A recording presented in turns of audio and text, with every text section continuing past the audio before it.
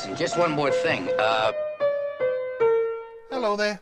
Welcome to my review of episode 1 of season 3 of Columbo, Lovely But Lethal. First broadcast on September the 23rd, 1973 on NBC. The episode was written by Columbo alumni Jackson Gillis, based on a story by Myrna Bercovici. This is Bercovici's only credit, but she is also the author of a book called Prophecy and Interpretation, and that's all I was able to find out about her, other than she may have died in 1977. It was directed by Gino Schwark.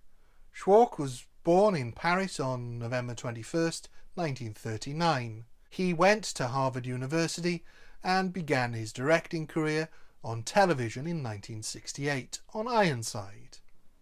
He would go on to direct for shows such as It Takes a Thief, Alias Smith and Jones, and 19 episodes of Night Gallery, before directing this episode of Columbo, his only entry in the series. He would later go on to work in film, directing Jaws 2, Somewhere in Time, Supergirl, and Santa Claus the Movie, something which may be relevant to some upcoming content from me. After helming a couple of Rockford Files TV movies, he would return to directing television series, working on Ally McBeal, Without a Trace, Fringe, and more recently Grey's Anatomy. He is 82. The episode begins with a red light, which we discover is shining on a woman's face. It turns to white and a man looms over her, examining her cheek before another man takes a photograph of her. We see a third man also, in what looks like an operating room, and the first man now has a scalpel. He uses it to scrape some skin cells off her cheek and places them on a slide. There are other women in the room who get the same treatment, and the youngest man makes a joke about Dr. Frankenstein. It's all very mysterious at this point, but the young man is Carl Lessing, played by Martin Sheen. Sheen was born Ramon Estevez on August 3rd, 1940 in Ohio. Due to an accident at birth, he was left with one arm shorter than the other and contracted polio as a child, which left him without the use of his legs for a time. At age 11, his mother died, and he would have faced being separated from his siblings in an orphanage or foster home, but received help from a Catholic church in Ohio, and so was raised Catholic. His political activism began at a young age, organising a strike of golf caddies at age 14 over the abuse they suffered from the golfers.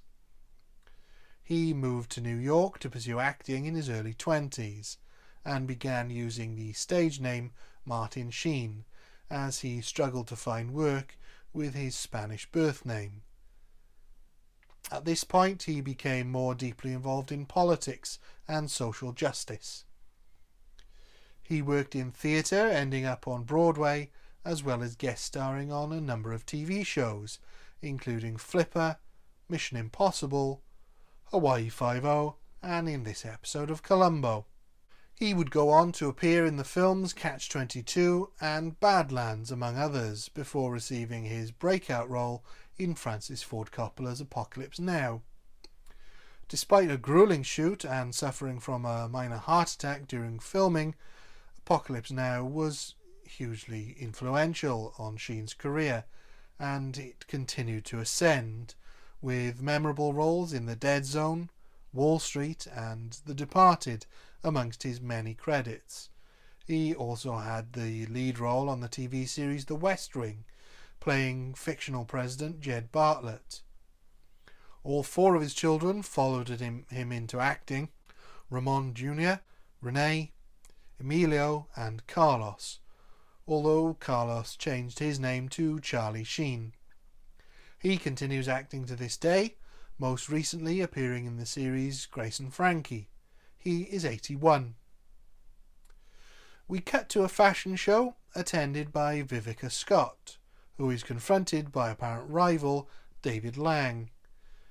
They exchange barbed comments, and as this continues, Lang's secretary interrupts, saying that Scott has dropped her program. She takes it, but we see she's already holding her program.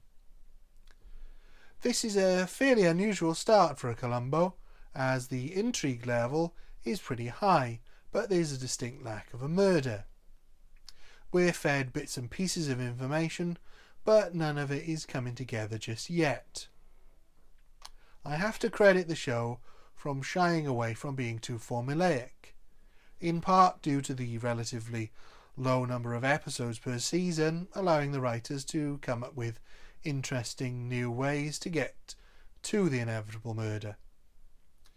Scott hints at having something which will blow Lang's company out of the water, and we cut to Scott going over advertising proofs at her makeup company, Beauty Mark, notably excited by her new product.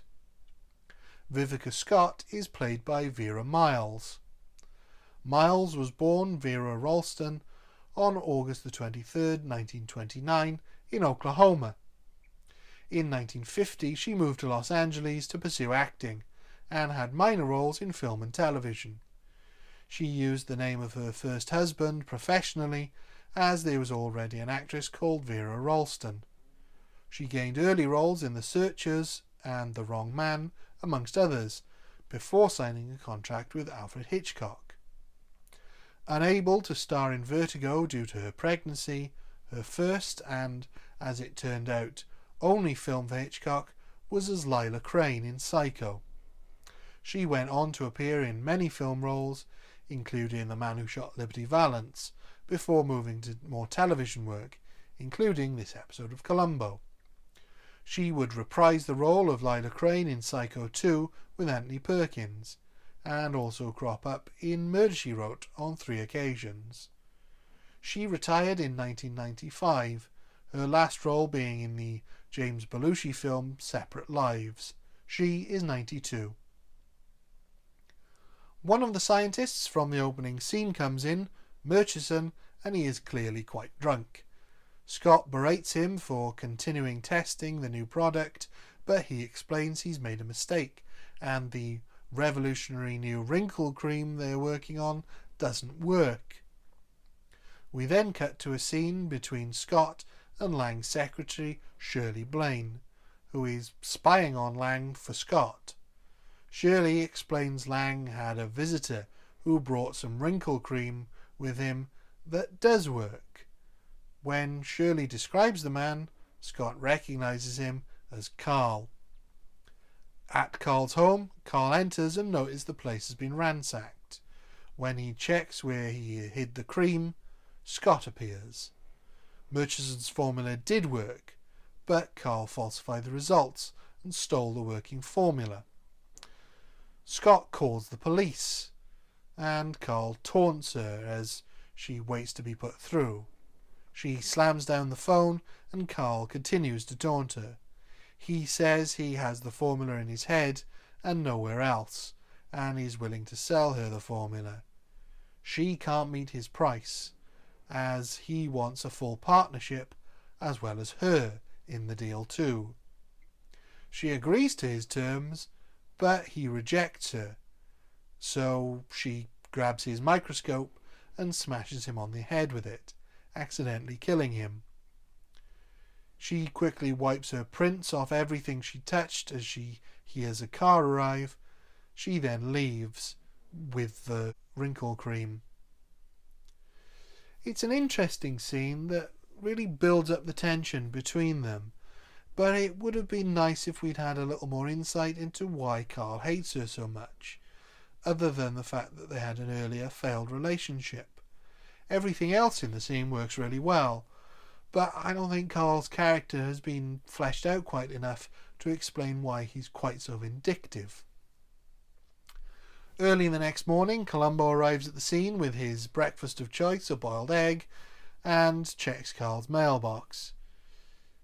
Inside the house, he notices some broken glass on the floor and that an 8-sided container was being stored in a tub of flour.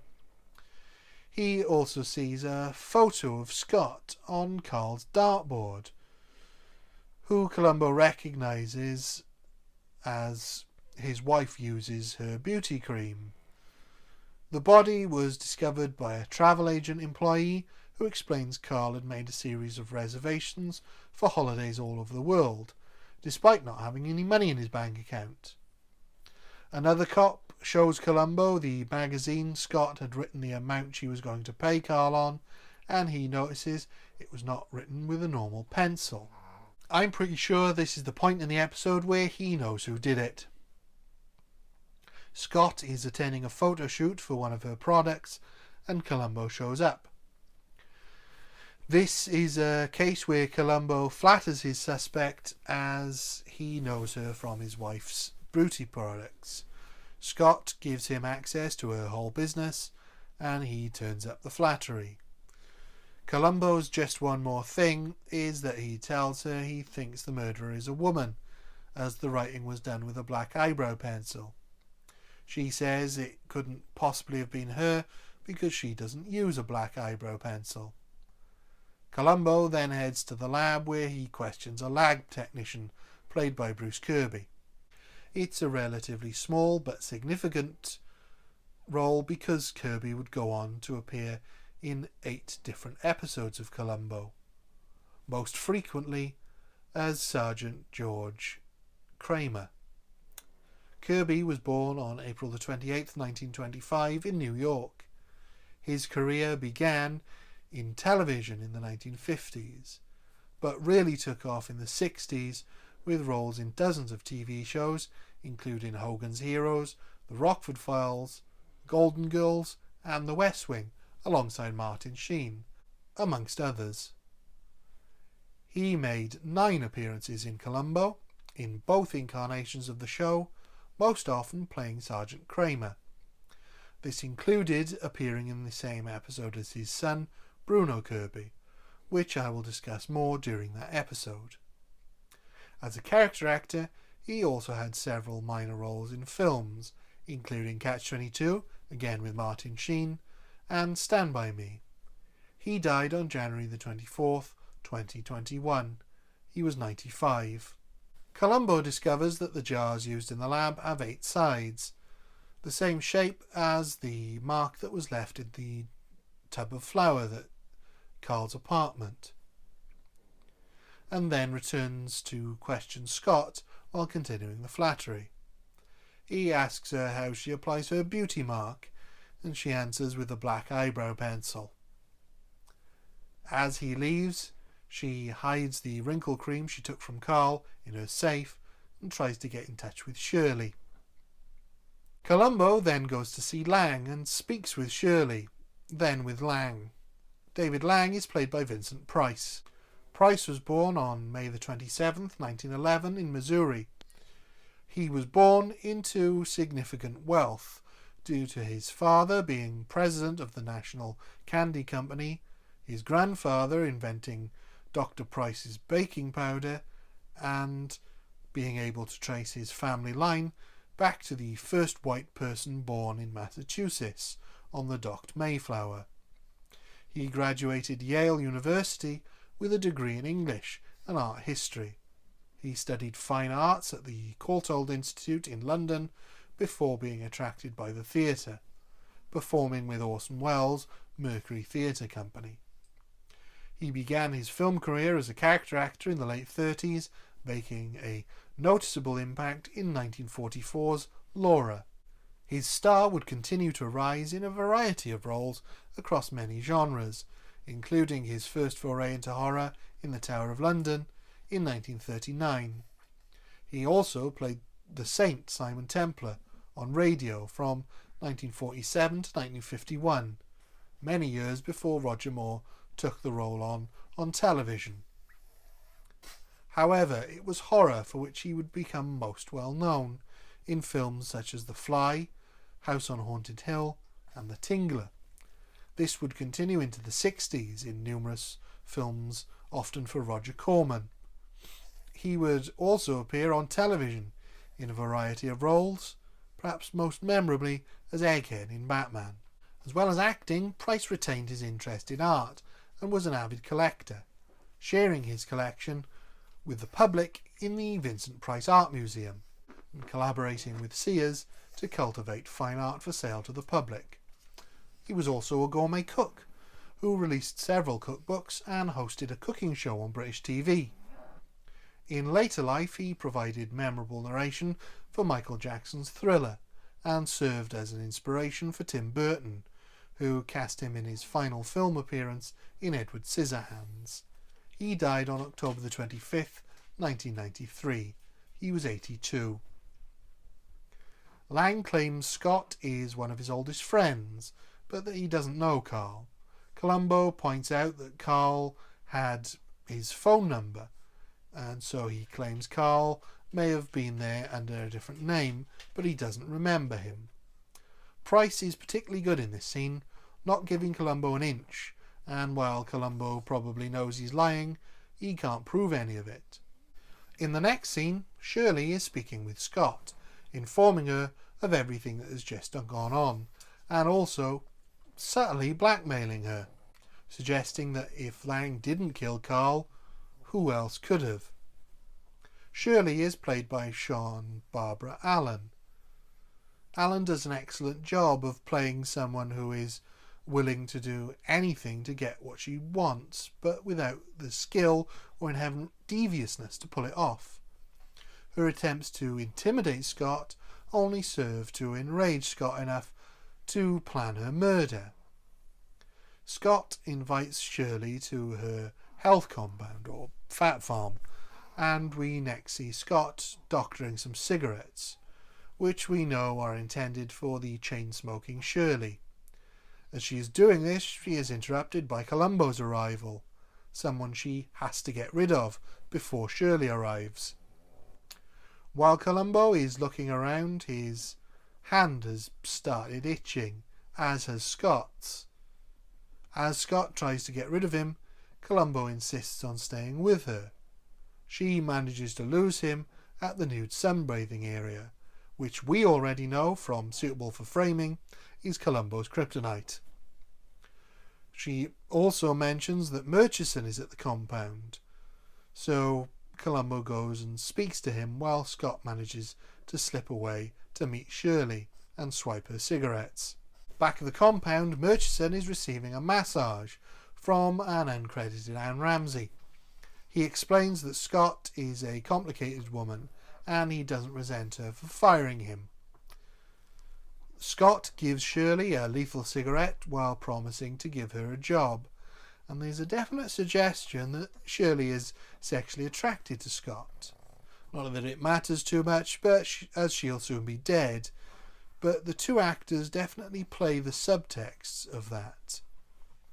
Shirley takes off in her car and Scott returns to her office where Columbo is waiting.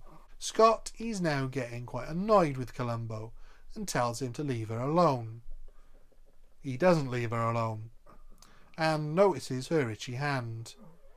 He asks her if she dated Carl and she admits she did. Meanwhile, Shirley crashes her car and is killed. As Columbo's leaving, he asks Scott if she might know why Columbo's hand is itching. He then leaves and she examines her hand. The next day at Scott's company, Columbo is waiting for her. He's there to apologise and to tell her about Shirley's death, who she denies knowing. Scott lets Columbo know that Lang used to be a chemist, hoping to put him on Lang's scent.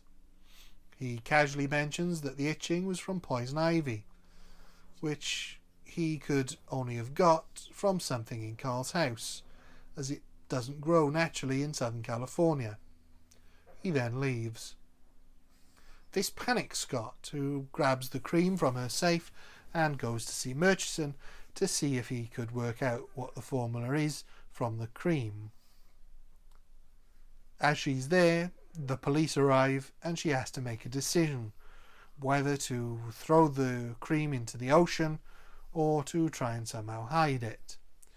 She decides to throw the cream, making the two murders she committed entirely pointless. The police arrive at the room she's in and she's now much more casual. Columbo arrives and points out Scott also has an itch. She says he can't prove she has poison ivy or that she was at Carl's because she never touched anything there. At that point, he arrests her. He tells her he noticed the slide was missing from the microscope used to murder Carl. That's where the poison ivy came from. She touched it, and so did he when he touched the broken glass of the slide on the floor. She ultimately accepts her fate. This is a very strong episode, but with some issues. The performances are all excellent from the main cast, and the supporting cast are all great as well. Everyone is absolutely spot on. The only downside of this is that we don't get nearly enough Vincent Price. He only has 2 scenes, and that is a crime. The plot starts really strong, but falls down a little with the Shirley subplot, which is too interesting in its own right to be dismissed as quickly as it is.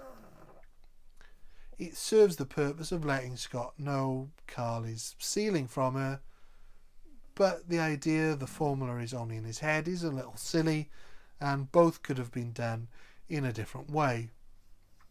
I feel like they could have made more of the cream being the only thing that tied her to the crime, but that she was reluctant to get rid of it, perhaps by making her more vain, and that it was more about her own fear of aging rather than just propping up her company. The stakes aren't quite high enough when she has to get rid of it. Also, the telegraphing of the poison ivy throughout the episode is fine, but it means the conclusion is pretty obvious and doesn't have as much of a gotcha feel as other episodes. Maybe if the cream caused the itching and discoloration of the skin under a certain light rather than poison ivy, because that's also quite weak evidence. Having said all that, I still think it's a fairly solid episode, and so I would rate it 4 out of 5. Thank you. Goodbye.